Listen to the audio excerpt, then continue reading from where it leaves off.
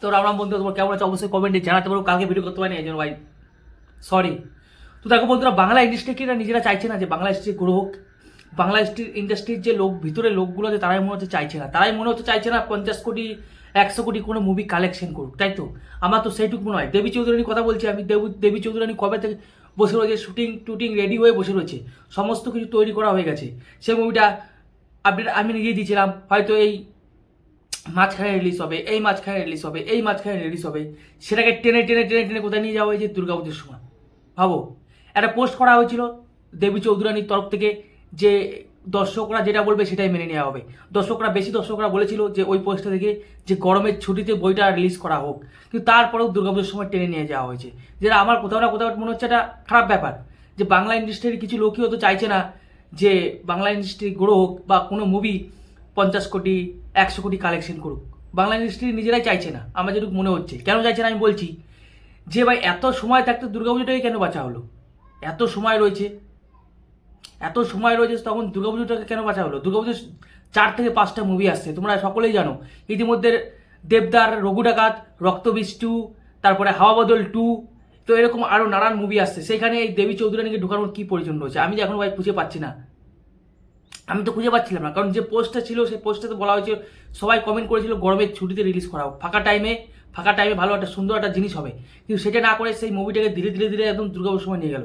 মানে production house হয়েছে, director হয়েছে, যা করছে তাই আর কি, যে ভাই আমাদের মুভি আমরা যখন তখন রিলিজ করতে পারি, এমন একটা আর কি পরিকল্পনা, মানে এমন একটা চেষ্টা পাকা করা হচ্ছে, যে তার ফলে যে কি ক্ষতিটা হবে সেটা দেখা যাচ্ছে না। দুর্গাপুজোর সময় যদি একসঙ্গে 5টা মুভি বাংলা মুভি রিলিজ হয়, তার সঙ্গে মাথায় রাখতে হবে হিন্দি মুভি এবং সাউথের মুভিও রিলিজ হবে, তখন মানুষ কোন মুভিটা দেখবে? আমাকে একটু কমেন্টে জানাবে বন্ধুরা। 5টা মুভি তো এমনি বাংলা ইন্ডাস্ট্রি থেকে রিলিজ হবে, সেখানে নাম বললাম আমি যে 3টে একদম সুপার ডুপার মুভি হতে চলেছে। একটা হচ্ছে পরমব্রতর হাওয়া বদল 2, যেটা কিন্তু হাওয়া বদল কিন্তু ভালো কালেকশন করেছিল এবং পরমব্রত কিন্তু ভালো এখন কালেকশন দিচ্ছে এবং ভালো হিট করছে, সেখানে হাওয়া বদল 2 একটা খেলা খেলবে। তারপরে রয়েছে দেবদার, রঘু ডাকাত, তোমরা সকলে জানো সেই মুভিটা কী হাইপ রয়েছে, এবং রক্তবীজ 2, সেখানে আরও 2-3টে মুভি তো বেরোবেই সেরকম। তার সঙ্গে বলিউডের মুভি থাকবে, তার সঙ্গে সাউথের মুভি থাকবে, সেখানে দেবী চৌধুরানী ঢুকে গেল।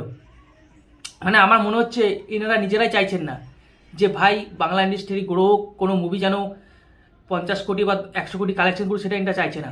আর আমার একটা সন্দেহ আছে এই মুভিটাকে নিয়ে। আমি মানছি যে প্রসেনজিৎ বা বোম্বাদা রয়েছে বা প্রসেনজিৎ চট্টোপাধ্যায় রয়েছে, তার জন্য এই মুভিটা চলে যাবে, কিন্তু এই মুভির যে মুখ্য চরিত্র তিনি রয়েছেন কে? শ্রাবন্তী। তো অনেকেই বলছে শ্রাবন্তীকে এখানে দেবী চৌধুরানী হিসেবে মেনে নেওয়া যাচ্ছে না, বাবা মানায়নি। এখানে যদি কোয়েল থাকতো, কোয়েলকে কিন্তু সবাই মেনে, তাহলে আবার রিস্ক ছিল, কিন্তু তাহলে আবার আমি বলবো পাল্লা কিন্তু ভারী ছিল দেবী চৌধুরানীর উপরে। কিন্তু দেবী চৌধুরানীর এখানে পাল্লাটা একটু হালকা আছে, কারণ এখানে যে প্রোডাকশন হাউস আছে সেটা হচ্ছে নতুন প্রোডাকশন হাউস, যেটা উইন্ডোজ বা এসবিএ বা দেবদার প্রোডাকশন হাউস যেটা করতে পারবে, সেটা কিন্তু এই দেবী চৌধুরানী প্রোডাকশন হাউস করতে পারবে না। এবং এই মুভির বাজেট যদি কথা বলি 20 থেকে 25 কোটি টাকা, তাহলে 20 থেকে 25 কোটি টাকা বাজেট দুর্গাপুজোর সঙ্গে তুলতে পারবে?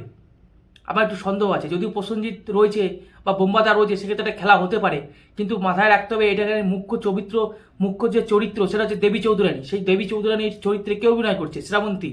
শ্রাবন্তীকে কিন্তু এখানে মানাচ্ছে না। আমি ট্রেলার দেখেই বলেছিলাম যে ঠিক মানাচ্ছে না, কিরকম একটা মোটাসোটা হয়ে গেছে। কিন্তু আমরা যে বইয়ে পড়েছিলাম দেবী চৌধুরানী ছিল পাতলা মানুষ, তাকে তার স্বামী ঘর থেকে বার করে দিয়েছিল, সেখানে এই চরিত্রটা কিন্তু মানাচ্ছে না। আমি সেই ভিডিওতেও বলেছিলাম, সেখানে যদি কোয়েল থাকতো, কোয়েলকে কিন্তু তাহলে আবার কিন্তু ভাই অন্য গল্প ছিল। কিন্তু আবার আমার কথা হচ্ছে বাংলা মুভি ইন্ডাস্ট্রির হয়তো কিছু মানুষই চাইছে না যে বাংলা ইন্ডাস্ট্রি গ্রো হোক, নাহলে একই সময় সব মুভিকে একই দিনে ভরে দিচ্ছে, মানে এটা কেমন হচ্ছে?